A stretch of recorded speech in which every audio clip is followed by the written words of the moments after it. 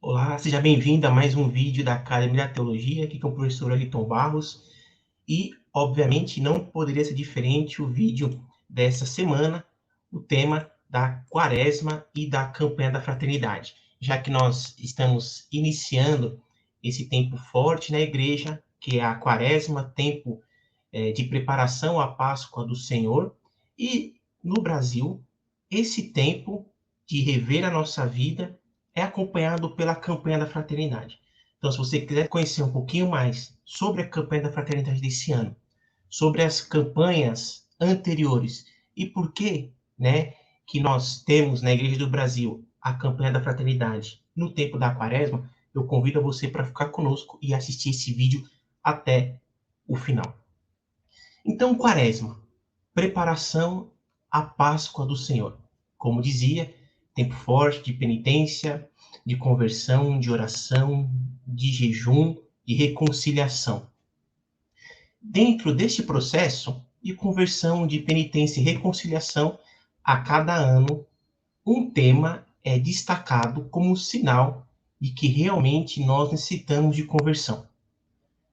E cada um dos temas que a campanha da fraternidade traz tem também o convite para ampliar o nosso olhar, perceber os pecados, perceber como a vida está sendo ameaçada nas suas diversas dinâmicas. Então, a campanha da fraternidade, ela nasce nesse contexto quaresmal. E o primeiro gesto da campanha da fraternidade é o coração convertido. E o segundo gesto é tratarmos realmente o tema do ano com muita prioridade, com muita atenção, com reflexão profunda, para que a gente possa iniciar de fato uma nova etapa da nossa vida. Então aí vocês estão vendo o primeiro cartaz da campanha da fraternidade, da primeira campanha da fraternidade, que foi, né, realizada em 1964. Então, a campanha da fraternidade, as sementes da campanha da fraternidade, elas estão no Rio Grande do Norte.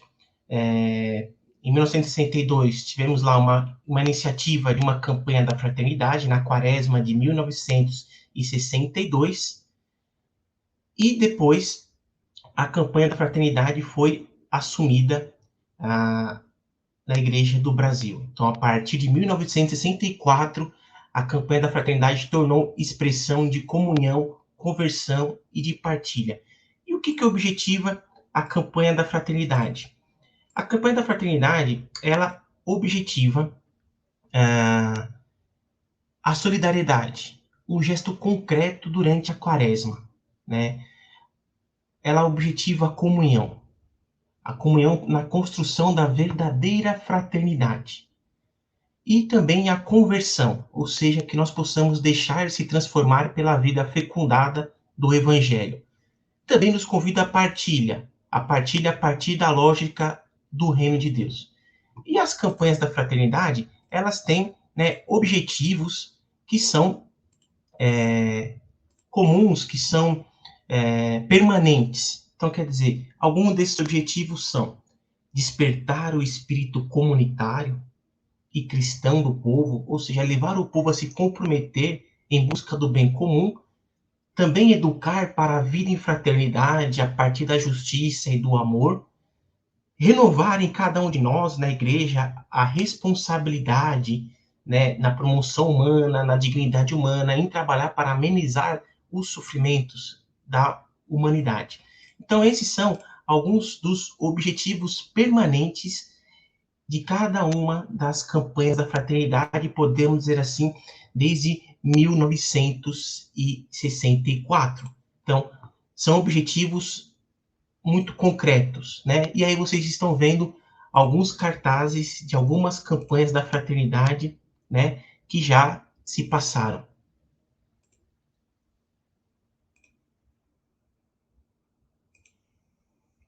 E aí nós chegamos então à campanha da fraternidade deste ano. Fraternidade Educação fala com sabedoria, ensina com amor. Lembrando também que nós temos também na campanha da fraternidade, como um dos gestos concretos, nós temos a coleta da campanha da fraternidade, que é um gesto concreto de conversão quaresmal. né, para ajudar as pessoas, para contribuir, para fazer com que elas sejam protagonistas, sobretudo as pessoas mais pobres. E aí também, em 2022, a campanha da fraternidade, que tem como tema Fraternidade e Educação, e o lema Fala com Sabedoria, Ensina com Amor, se dá início hoje, no dia 2 de março, na quarta-feira de cinzas, na abertura da quaresma. E é a terceira vez que a igreja no Brasil vai aprofundar o tema da educação em uma campanha da fraternidade. Então, desta vez, a reflexão é impulsionada pelo Pacto Educativo Global, convocado pelo Papa Francisco. E quais são os objetivos, o que, né, busca alcançar essa campanha da fraternidade com o tema da educação neste ano de 2022. Então, a primeira coisa é que a campanha da fraternidade busca refletir sobre a realidade educativa do Brasil, né, propor caminhos em favor de um humanismo integral e solidário. E aí a campanha da fraternidade tem alguns objetivos específicos, né? Analisar o contexto da educação no Brasil, a gente sabe, né, que a educação no Brasil é um drama, então quer dizer, analisar o contexto, até onde devemos estar, como estamos de fato. Então, esse é um dos objetivos da campanha da fraternidade. Sobretudo em tempos de pandemia, né, em que essa questão da educação foi também fortemente atingida pelos desafios, né, em relação à saúde pública trazidos pela pandemia. Também a campanha da fraternidade deste ano objetiva especificamente verificar o impacto das políticas públicas na educação. Será que nós temos políticas públicas que ajudam, né, a desencadear processos realmente educativos, humanos, né, pedagógicos? Também a campanha da fraternidade objetiva especificamente identificar os valores de referências da palavra de Deus, da tradição, em busca do quê? De uma educação humanizadora, na perspectiva do reino de Deus. Também pensar o papel da família, né, nesse processo educativo, pensar o papel da comunidade, como que a família e a comunidade pode colaborar com os educadores, com as instituições de ensino, também incentivar propostas educativas enraizadas no Evangelho, porque essas propostas certamente são propostas que promovem a dignidade humana, obviamente, desde que estejam enraizadas no Evangelho. Também objetiva a campanha da fraternidade estimular, né, o serviço pastoral nas escolas, universidades, centros comunitários, ou seja, o cuidado, né, nas diversas fases da educação. E, por fim, uma educação que seja comprometida com novas formas de economia, de política e de progresso, que seja verdadeiramente humano, sobretudo a serviço dos mais pobres. Nós sabemos que o ser humano não nasce pronto, né? Os 9 meses, podemos assim dizer, de gestação não são suficientes, né? Nós não nascemos prontos. O animal não humano, por exemplo, o cachorro, o gato, o passarinho, ou tantíssimos outros animais não humanos, né? Eles se relacionam de uma maneira instintiva e fixa com o ambiente que o cerca. O animal humano não. Ele precisa ser educado, ele precisa ser formado. Então, o ser humano é alguém a ser educado. Desde o dia do seu nascimento até o dia do seu último respiro, do seu último suspiro. Ele é alguém a ser educado permanentemente. E para que serve a educação? A educação serve para que nós, né, para que a gente não haja a partir dos nossos instintos, né? A gente não tem uma relação fixa com o ambiente como tem os animais não humanos, a gente precisa ser formado. Então, além do ventre materno, nós somos seres humanos que se formam em sociedade desde o momento da nosso nascimento até o momento da nossa morte.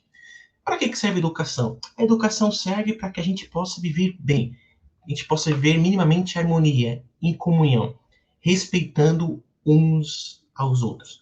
Alguns pedagogos dizem, né, que sem educação a gente se come uns aos outros, porque prevalece o instinto, prevalece uma dinâmica biológica muito forte, muito acentuada.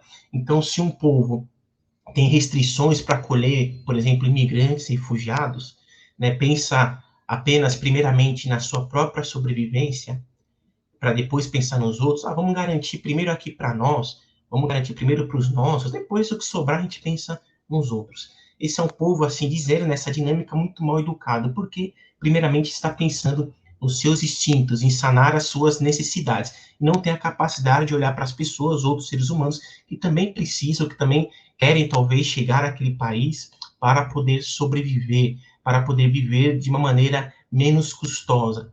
Isso dizendo no âmbito humano como um todo. E nós precisamos de educação para todas as dinâmicas da economia, da política, enfim.